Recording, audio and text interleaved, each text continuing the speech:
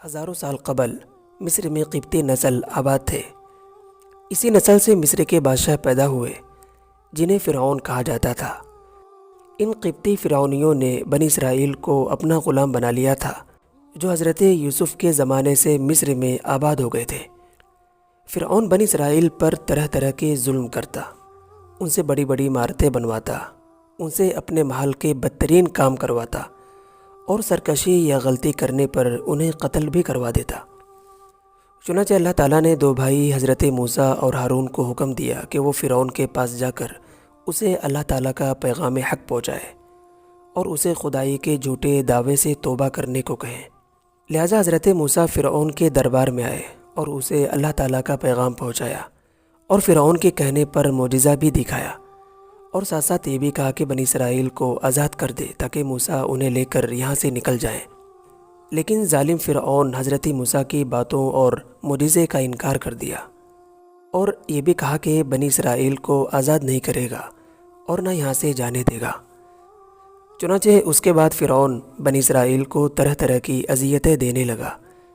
تو اللہ کے نبی حضرت موسیٰ نے دربار خداوندی میں یہ دعا کی کہ اے رب، یہ فرعون بہت ظالم اور سرکش ہو چکا ہے، لہٰذا تو اسے ایسی سزا دے کہ ابھی اور آنے والی قوموں کے لیے عبرت کا نشاں بن جائے۔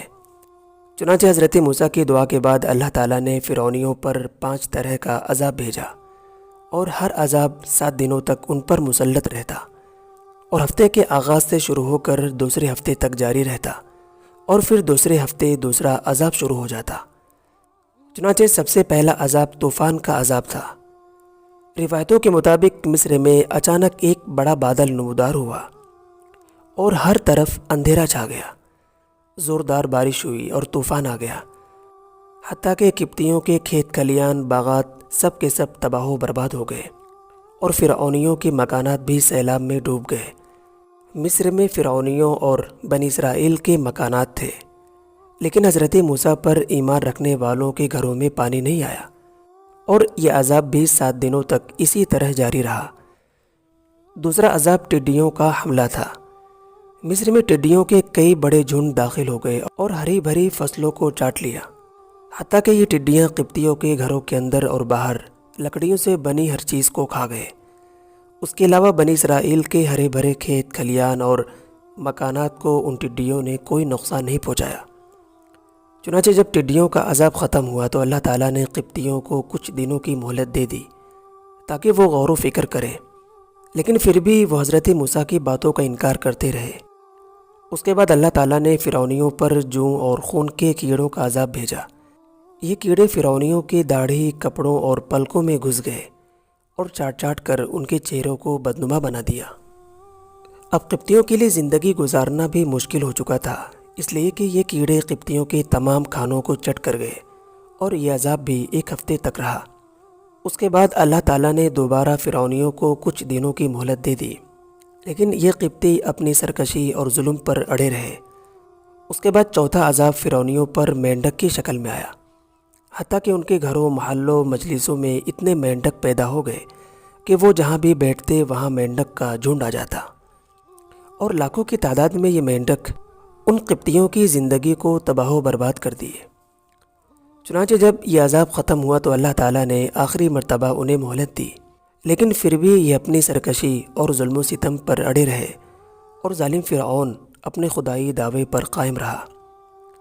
فرعون نے اپنی قوم سے کہا کہ یہ عذاب موسیٰ کے خدا کی طرف سے نہیں ہے، بلکہ یہ آسمانی آفت ہے جو کچھ دنوں میں ختم ہو جائے گی، لہٰذا کہیں تم یہ چیزیں دیکھ کر موسیٰ کے خدا پر ایمان نہ لے آنا۔ اس کے بعد فرعونیوں پر عذاب خون کی شکل میں آیا جو بہت خوفناک تھا۔ ان کی ہر چیز سے تازہ دم خون ابل پڑا، حتیٰ کہ دریائے نیل بھی خون کی طرح لال ہو گیا، کنووں اور نہروں کا پانی بھی لال ہو گیا، حتیٰ کہ اگر کوئی قبطی بھوک و پیاس کی شدت سے مجبور ہو کر پتے اور درخت کی جڑوں کو چباتا تو وہ بھی ان کی حلق میں جا کر لال خون بن جاتا۔ لیکن ان تمام عذابوں سے بنی اسرائیل محفوظ رہے۔ اگر کوئی قبطی بنی اسرائیل کے کسی فرد سے پانی مانگتا اور بنی اسرائیل کا کوئی شخص اس قبطی کو پانی دیتا تو وہ پانی اس کے پاس جاتے ہی خون بن جاتا، حتیٰ کہ فرعونیوں کے محل میں رکھ کے ہر برتن میں خون ہی خون ہوتا۔ اس عذاب کو دیکھنے کے باوجود فرعونیوں پر ایسی مہر لگ چکی تھی کہ وہ ایمان نہ لائے اور اپنے کفر پر اڑے رہے، حتیٰ کہ اللہ کے قہر و غضب کا آخری عذاب آ گیا اور فرعون اور اس کے لشکر دریائے نیل میں غرق ہو کر تباہ و برباد ہو گئے۔ وہ لوگ دنیا سے اس طرح نیست و نابود کر دیے گئے کہ ان کی قبروں کا نشان تک بھی باقی نہ رہا۔ فرعونیوں پر نازل ہونے والا عذاب نہ صرف باعث عبرت ہے بلکہ غور و فکر کی دعوت بھی دیتا ہے کہ دنیا کے اندر کفر و شرک اور ظلم و فساد، یہ تمام چیزیں عذاب خداوندی کو دعوت دینے والی ہیں۔ اللہ قوموں کو عذاب سے دوچار کرتا ہے تاکہ انسانیت بیدار ہو اور بری کرتوتوں سے توبہ تائب ہو۔ اس لیے کہ باری تعالیٰ ہے کہ انسانوں پر جو بھی بلائیں مصیبتیں آتی ہیں وہ تمام ان کی ہی اعمال بد کا نتیجہ ہوتا ہے۔ دعا کرتے ہیں کہ اللہ تعالیٰ ہم سب کو تمام طرح کے گناہوں سے بچنے کی توفیق عطا فرمائے اور قلب سلیم، عقل سلیم عطا فرمائے۔ آمین۔